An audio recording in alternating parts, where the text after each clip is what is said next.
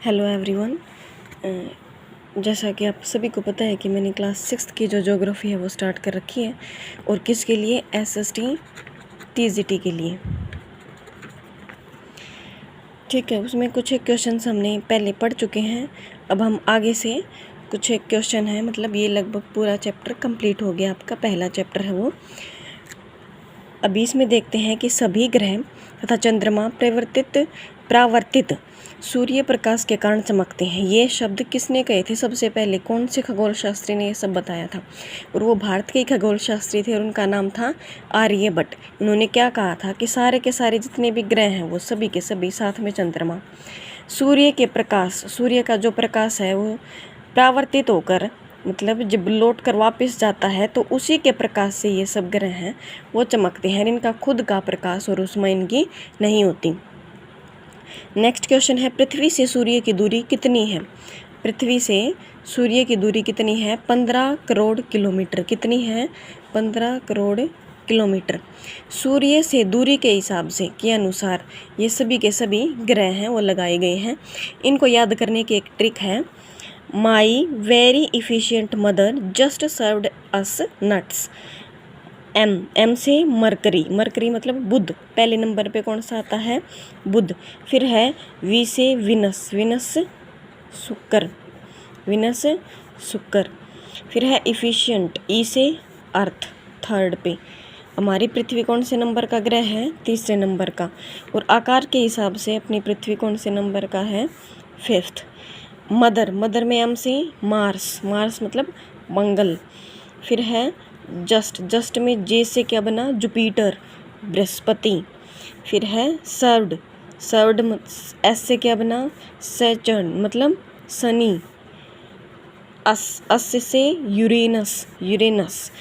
Nuts से Neptune, Hindi में भी इसको नेपच्यून ही बोलते हैं। फिर है पृथ्वी का जुड़वा ग्रह किसे कहा जाता है या किसे कहते हैं? पृथ्वी का जुड़वा ग्रह किसे कहते हैं? शुक्र को, क्योंकि इसकी आकार और आकृति है वो पृथ्वी से मेल खाती है।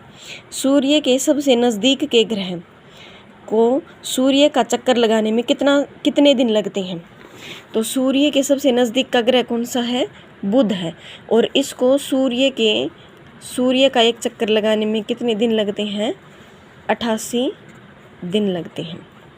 प्लूटो को बौने ग्रह का दर्जा कब दिया गया? मतलब पहले प्लूटो को एक ग्रह का दर्जा दिया गया था, लेकिन उसको हटाकर फिर इसको क्या माना गया? बौना ग्रह माना गया। और यह बौना ग्रह कब माना गया? ये अगस्त 2006 को एक मीटिंग हुई थी खगोल शास्त्रियों की, और उसमें इसको माना गया।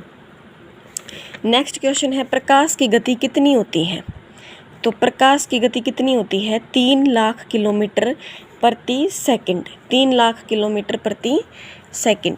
फिर है भू-आब किसे कहते हैं? पृथ्वी के आकार को क्या कहा जाता है? भू-आब कहा जाता है। मतलब पृथ्वी पूर्ण रूप से गोलाकार नहीं है। पृथ्वी की जो आकृति है वो पिचकी हुई है साइडों से, पोल्स से क्या है कि ये पिचकी हुई है। ये है नॉर्थ पोल और ये है साउथ पोल, और यहाँ से इसके जो आकृति है वो थोड़ी सी पिचकी हुई है, और इसी आकृति को क्या कहा जाता है? भू-आब कहा जाता है। सूर्य की दूरी के हिसाब से पृथ्वी कौन सा ग्रह है? तीसरा ग्रह है। हमने पढ़ा था बुध, शुक्र और उसके बाद पृथ्वी। आकार की दृष्टि से पृथ्वी कौन सा ग्रह है? 5वां ग्रह है। पृथ्वी पर कितने हिस्से में पानी पाया जाता है? पृथ्वी पर 2/3 हिस्से पर पानी पाया जाता है।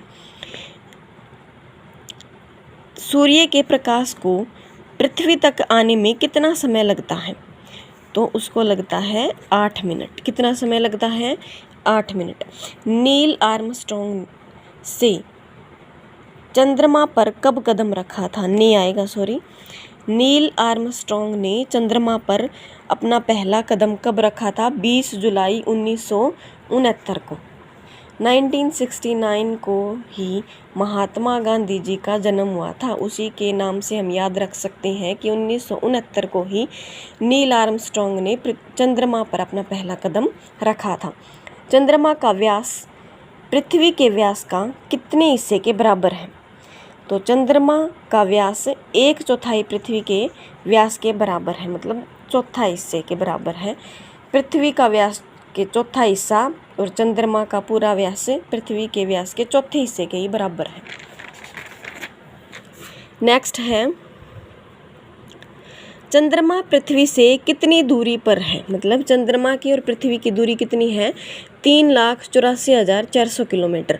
इस दूरी को हम ऐसे भी याद रख सकते हैं कि हमने सुना है, हम बचपन से सुनते आए हैं कि कोई भी इंसान है उसको दोबारा से इंसान की योनि में जन्म लेने के लिए 1,84,000 भोग कर, मतलब 1,84,000 बार उसको जन्म लेकर फिर दोबारा से मनुष्य जाति में जन्म उसको मिलता है। तो हम इसमें क्या लगेंगे, 84, हमें इससे याद रह जाएगा 84, तो 3,84,400। चंद्रमा पृथ्वी का चक्कर कितने दिन में पूरा करता है, ये करता है 27 दिन में। क्षुद्र ग्रह किन ग्रहों की कक्षाओं के बीच में पाए जाते हैं? क्षुद्र ग्रह मंगल और बृहस्पति की कक्षाओं के बीच में पाए जाते हैं। देखो, बुध, शुक्र, पृथ्वी और मंगल, ये हैं आंतरिक ग्रह। कौन से ग्रह हैं? ये आंतरिक ग्रह हैं। और ये नीचे वाले 4 ग्रह कौन से हैं? बाह्य ग्रह हैं ये, ठीक है। तो इनके बीच में ही क्या पाए जाते हैं? क्षुद्र ग्रह पाए जाते हैं। सूर्य के चारों ओर चक्कर लगाने वाले पत्थरों को क्या कहा जाता है? क्षुद्र ग्रहों में ये मान्यता है कि ये भी पहले ग्रहों के ही हिस्सा थे, लेकिन कुछ ऐसे विस्फोट हुए जिनकी वजह से ये इनके हिस्से हैं, मतलब इनके जो टुकड़े हैं वो छोटे छोटे हो गए। और गुरुत्वाकर्षण बल के कारण क्या है, ये अभी भी सूर्य के चक्कर लगा रहे हैं। सूर्य के चारों ओर चक्कर लगाने वाले जो पत्थर हैं वो क्या कहलाते हैं? वो उल्का पिंड कहलाते हैं। क्या कहलाते हैं? उल्का पिंड। आकाश गंगा किसे कहते हैं?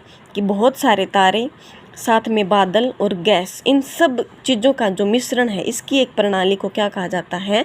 आकाश गंगा कहा जाता है। और बहुत सारी आकाश गंगाएं मिलकर क्या निर्माण करती हैं? ब्रह्मांड का निर्माण करती हैं। देखो, जैसे कि ये क्या है? ब्रह्मांड है। ये क्या है? ब्रह्मांड है, ठीक है। तो इसके अंदर क्या है कि बहुत सारी क्या है? आकाश गंगाएं हैं। बहुत सारी आकाश गंगाएं मिलकर किसका निर्माण करती हैं? ब्रह्मांड का। और आकाश गंगाओं के अंदर बहुत सारे क्या है? तारे वगैरह हैं। बहुत सारे सौर मंडल आपको इसके अंदर मिलेंगे। और सौर मंडल में एक क्या है? पृथ्वी है। बहुत सारे सौर मंडल किसमें है? इसमें ही एक सौर मंडल है। और उसी सौर मंडल का चक्कर कौन लगा रही है? पृथ्वी लगा रही है।